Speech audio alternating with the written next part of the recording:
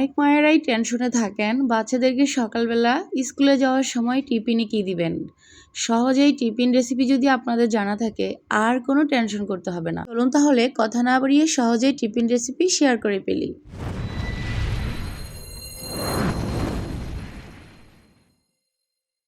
Recipe করার জন্য আমাদের এখানে মুরগির বুকের মাংস লাগবে।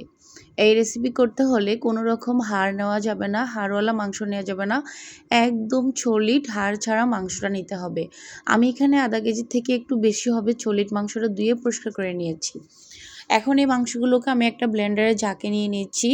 কোনো রকমের পানি দেওয়া যাবে না, পানি ছাড়া মাংসগুলোকে ব্লেন্ড করে একটা সুন্দর ডো তৈরি করে নিতে হবে। তো সাথে আমি যে উপকরণ দিচ্ছি, কয়েকটা কাঁচামরিচ, 2টা মতো পেঁয়াজ, হালকা আদা রসুন পেস্ট, সামান্য পরিমাণে লবণ পরিমাণ মতো, একটু কালো এবং সাদা গোলমরিচের গুঁড়ো দিচ্ছি, চিকেন পাউডার দিচ্ছি। চিকেন পাউডারটা আপনারা যে কোনো একটা মুদি দোকানে পেয়ে যাবেন।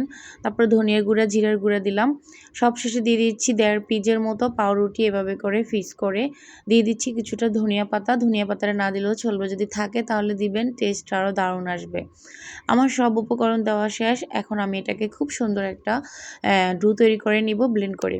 তো আমার ব্লেন্ড করা হয়ে গেছে, দেখেন ঠিক এরকম একটা নরম তুলতুলে ব্যাটার হবে।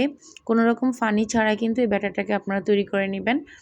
তো এখন আমাদের এই নাস্তাটাকে তৈরি করার পালা। আসলে আমি মূলত চিকেন ডোনাটটা তৈরি করতেছি। অনেক সময় বাচ্চাদেরকে সকালবেলা স্কুলে যাওয়ার সময় আমরা কী দিব না দিব টেনশনে পড়ে যাই। আর এই চিকেন ডোনাটটা বাচ্চারা খেতে এত বেশি পছন্দ করে, যেমন হেলদি তেমন খেতে কিন্তু লোভনীয়। আপনারা চাইলে এটা বাচ্চাদেরকে দিতে পারেন।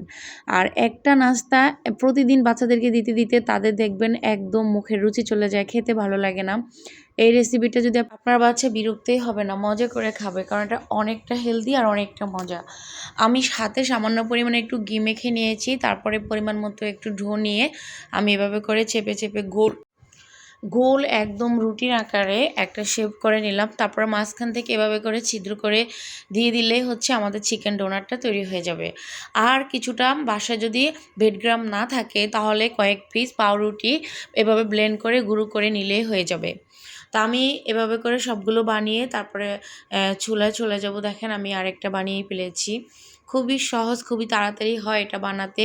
আমি কিন্তু বেশিরভাগই আমার বাচ্চাদেরকে টিফিনে আমি এই নাস্তাটাই দিই, কারণ ওরা খুব মজা করে খায়। অনেক বাচ্চারা দেখবেন মাংস খেতে চায় না, মাছ খেতে চায় না, তখন তাদেরকে সিস্টেম করে এভাবে বানিয়ে দিলে কিন্তু ওদের খাওয়াটাও হয়ে যাবে। ওদের মাছ মাংসের শরীরের মধ্যে যে ঘাটতির যে অভাব, মাছ মাংসের ভিটামিনটা, সেটা কিন্তু আমরা চাইলে যে জিনিসগুলো বাচ্চারা খেতে চায় না সেই জিনিসগুলো দিয়ে এভাবে করে বানিয়ে ওদেরকে আকর্ষণ করে দিলে ওরা খুব মজা করে খাবে।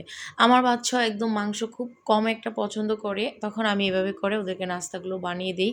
ওরা মজা করেও খায়, আবার টিফিনেও নিয়ে যেতে পারে। আপনারা চাইলে সহজে নাস্তা রেসিপি বাচ্চাদের টিফিনে দিতে পারেন।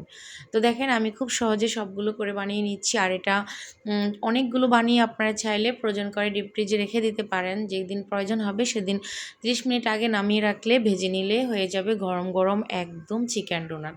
আমি এটাকে 5 থেকে 10 মিনিটের মতো রেস্টে রেখে দিব, তারপরে ভাজবো, কারণ সাথে সাথে ভাজলে এই ডোনাটটা ফুলবে না। কিছুক্ষণ যদি রেস্টে রাখতে পারেন তাহলে অনেকটাই বেটার হবে। চলুন এখন ভেজে নেওয়ার পালা। আমি একটা পাইপ্যান বসিয়ে পরিমাণ মতো তেল দিয়ে দিচ্ছি। আর আমি কম তেলে এটাকে ভাজবো, কারণ বেশি তেল আবার স্বাস্থ্যের জন্য ক্ষতি। তো যতটা কম তেলে ভাজতে পারবো ততটাই ভালো। আপনারা চাইলে এর থেকে বেশি তেলও ভেজে নিতে পারেন, নো প্রবলেম। তবে একটু কম তেলে ভাজলে এটা খুবই ভালো। আমার হাজব্যান্ড বেশি তেলে ভাজা জিনিস পছন্দ করে না, সেই জন্য আমি একটু কম তেলে ভাজতেছি। আর ডুবো তেলে ভাজলেও সেমই হবে, কোনো প্রবলেম নেই। বিশ্বাস করেন চিকেনের ডোনাটটা আমারও এত বেশি পছন্দ, মানে আমারও মনে হয় আমি প্রতিদিনই খাই। তো আমার যখনই ইচ্ছে হয়, মন চায়, তখনই বানিয়ে ফেলি। আমি অনেকগুলো করে বানিয়ে ডিপ ফ্রিজ আমি রেখে দেই, তারপরে যখন প্রয়োজন হয় নামিয়ে শুধু ভেজে ফেলি, তাহলে হয়ে যায়। বিকেলবেলা নাস্তা বলেন, সন্ধ্যাবেলার তারপরে সকালবেলা নাস্তা বলেন, বাচ্চাদের টিফিন বলেন, খুবই মজাদার একটা নাস্তা কিন্তু। তো আমি এভাবে করে সবগুলো ভেজে নিব। প্রথমে একবার ভেজেছি, আমার প্রায় ৮ থেকে ৯টার মতো ডোনাট হয়েছে, প্রায় আধা কেজি থেকে একটু বেশি হবে মাংস। আমি ১০ মিনিটের মতো এটাকে রেস্টে রেখেছিলাম, এই জন্য আমার এটা কি সুন্দর করে ফুলে একদম নরম সফট হয়ে গিয়েছে। আর আমি যখনই ডোনাটটা তৈরি করি আমার বাচ্চারা এক্সাইটেড থাকে ওরা কখন খাবে, কারণ ওরা খুবই পছন্দ করে। আপনারাও বানাবেন, আপনার বাচ্চারা খুব বেশি মজা করে খাবে। তো দেখেন ফাইনালি আমার ডোনাটটা হয়ে গেছে, এখন শুধু শসা তারপরে সস এগুলো দিয়ে পরিবেশন করার পালা। দেখে বুঝতে পারছেন কতটা সহজ এবং মজাদার হয়েছে। যদি ভিডিওটি ভালো লাগে প্লিজ শেয়ার করে দিবেন, আর আপনারা বাসায় ট্রাই করবেন। আপনার বাচ্চারা পছন্দ করেছে কিনা অবশ্যই কমেন্টস করে জানাবেন। বন্ধু বান্ধবদের মাঝে ভিডিওটা শেয়ার করার অনুরোধ থাকবে। সবাই ভালো থাকবেন, সুস্থ থাকবেন। দেখা হবে আপনাদের সাথে সুন্দর কোনো একটা রেসিপি ভিডিওতে। সে পর্যন্ত আল্লাহ হাফেজ।